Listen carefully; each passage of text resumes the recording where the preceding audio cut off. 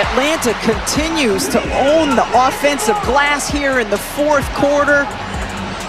Great boards. You lost. You failed. Loser! I don't even play basketball and I would have made that shot. And even if I didn't make that shot, I'd have did something funny. You know, I'd have did something funny. Caitlin Clark was like, hey, let's all do this hoop code hand point. With just 35% from three after a couple years in the 40s. Howard misses that. Ryan Howard or Alicia Gray, I think Ryan Howard, airballs a shot to win the game late. It lands in Angel Reese's lap, and collectively the whole world said, yeah, she ain't making that. Collectively, the whole world said, oh, Angel Reese has it? Oh, and it's a layup? Yeah, she's breaking that. And lo and behold, point blank range to win the game, we get a classic Angel Reese pray-up and a... Angel Reese had every chance to be the hero of this game, and instead, she ended up being the punchline of it. That is not an exaggeration. That is exactly what happened on the floor between the Indiana Fever and the Atlanta Dream. And by the time the final buzzer sounded, Reese was not celebrating a win. Laughing at Angel Reese after she missed a wide-open layup for the win. Quarter. Great board, just could not convert it. Was pushed under the hoop just enough to not have a great angle to OT. She was standing under the rim with her hands on her head, while Caitlin Clark walked past her smiling on her way to yet another statement victory. If you want to understand why this rivalry refuses to cool off, this one game gives you the entire blueprint in 95 minutes of basketball. And it is packed with enough twists that even people who do not follow the WNBA closely were talking about it by the next morning. You had me laughing at you, girl. I told you. Angel Reese is a pure bum, the worst kind. Angel Reese is the type to steal the trash off your curb and try to see if she can go put it in her refrigerator. The girl can't make a layup to save her life. She missed like 7 layups in the first quarter. Meanwhile, me, the GOAT, Caitlin Clark, I'm putting on shows every single night. 26 points, 9 assists. Caitlin Clark and the Indiana Fever humiliate Angel Reese. Or maybe Angel Reese just humiliated herself as the Indiana Fever go on to win. 29 points, 9 assists. Am I looking like that? Let's start at the point where things actually turn physical, because this did not begin as some heated back and forth between two players who already hate each other. It started with Reese getting cooked on defense, plain and simple. Midway through the first quarter, Clark pulled up from deep off the dribble with Reese draped all over her, contesting music as tightly as she possibly could. And the shot fell anyway, clean through the net. Because she was crap in this game. A bag of crap. She was awful. Angel Reese was terrible. Speaking of terrible, Angel Reese never beating the allegations. This was to open the game. With Reese leaking out, finds her. Lee Sheet, that was awful. Wow, that was awful. One more good time. It did a... Yeah. Yikes. Holy moly.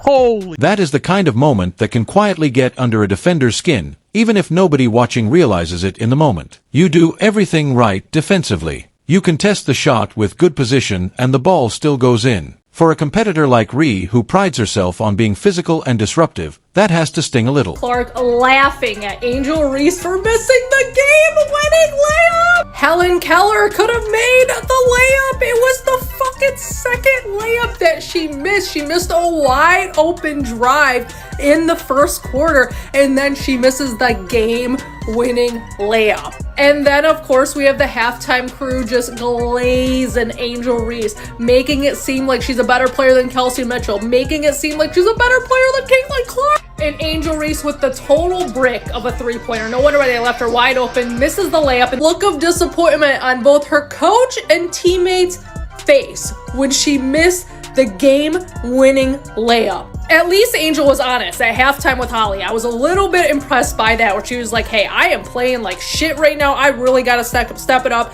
I will say she is good on defense. She's always good on defense. She's a rebound machine, but she shouldn't shoot the ball so much. This photo just like needs to be. Shot went up and missed, and both Ree and Clark went scrambling for the loose ball underneath the basket. That is when Ree, instead of just using her body to box out like a normal rebounding battle, shoved her forearm straight into Clark's neck to keep her away from the ball. Not a bump, not incidental contact from two players jumping at the same time and colliding on the way down. A clear, deliberate shove to the neck. The kind of move that gets flagged in almost any other physical contest without a second thought. And this did not happen in a crowd or off in a corner where officials could claim they missed the angle. It happened directly in front of two referees standing right there in the paint in full view under bright arena lighting with cameras from multiple angles catching every second of it. Howard misses that one, out of bounds, and it will be Indiana basketball. 4:10 to go in the first, and the Fever lead by 2.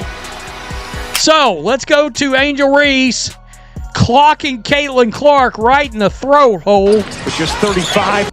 Right here, you're going to watch. There she gets her in the neck, and there she gets her in the throat. Yeah. What are we doing? Neck, throat. Clark immediately turned to the officials with her arms out, practically begging for the whistle. Anybody watching at home could see it plain as day. She got hit in the neck fighting for a basketball, which is, music, about as textbook a foul as it gets in any level of the sport. And the referees just stood there. No whistle, no review, nothing at all. Reese got away with it clean, and she knew it, too, because she did not even bother to check if a call was coming her way. She just turned around and kept playing like nothing had happened, jogging back up the floor with the same expression she would have had after a routine defensive rebound. Look at how she came in on the net. Look at how she hit Caitlin on the net. Look, watch it. First time, look, second time. Bro, like what are we doing? And then the refs act like they didn't see it.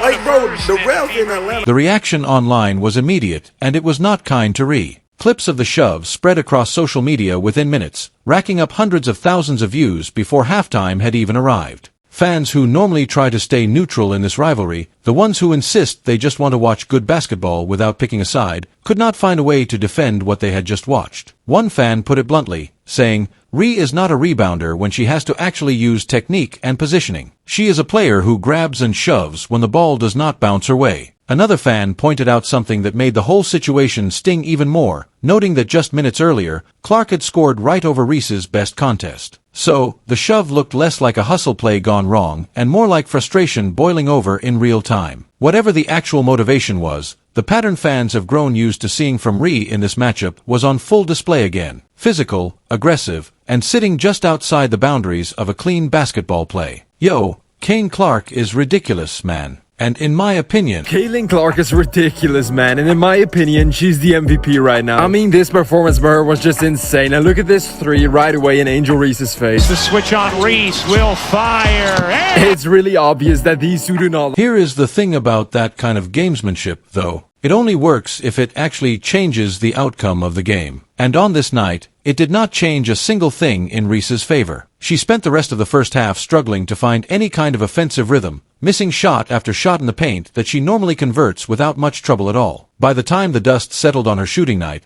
she had gone 0 for 6 to start the game and finished 5 for 16 from the field overall. A genuinely rough shooting performance for a player who built her entire reputation on efficiency and physicality around the rim. She still fought hard for boards and finished with 14 rebounds and 6 assists. So, it is not as though she disappeared from the box score completely, but the aggression that fueled that next shove clearly was not translating into made buckets. And Clark, seemingly unaffected by any of it, just kept music, doing exactly what she came there to do. Break. She sucks from 3. Boom. Whoa. Angel Reese on a layup. Can't score it. She stinks. Look at all these layups missed. The girl is awful. The girl is garbage. Here she comes. I'm going full court. Hey, boom. Get that out of here. She sucks. Here comes Angel Reese coming down the lane again. Uh-oh, spinning and missing another layup. It's missing another layup. Here we go. She's looking for fouls. Here we go. Down low. Uh-oh, I'm spinning. I'm missing another layup. The girl is horrible. The girl is terrible at the game. Here we come. Coming down the lane. Here we go. I lost it out of bounds. Down low again. Another layup opportunity. And she missed it. She's terrible.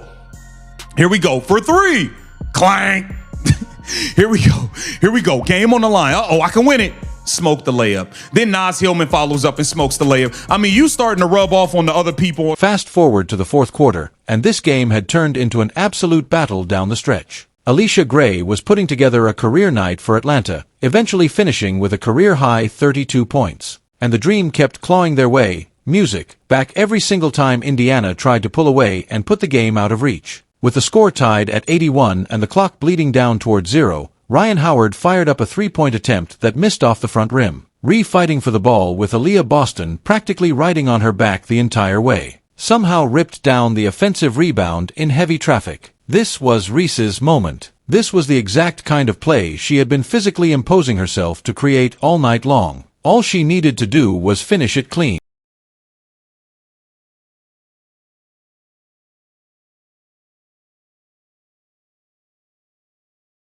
She could not finish it, with Boston draped all over her and barely any space to work with. Reese put up a putback attempt that did not even reach the front rim, clanking off short with 3 seconds left on the clock. The ball bounced free again, and Naz Hillman scrambled desperately to try to save the possession with a follow-up layup attempt of her own, only for Boston to reach back and swat that one away too. 2 chances right at the rim with a golden opportunity to send Indiana home with a loss, and Atlanta could not convert either one of them. All that physical effort Ree put into shoving her way to good positioning, and when it actually mattered, when the game was sitting right there for the taking with the clock about to hit 0, she could not finish the play in front of her.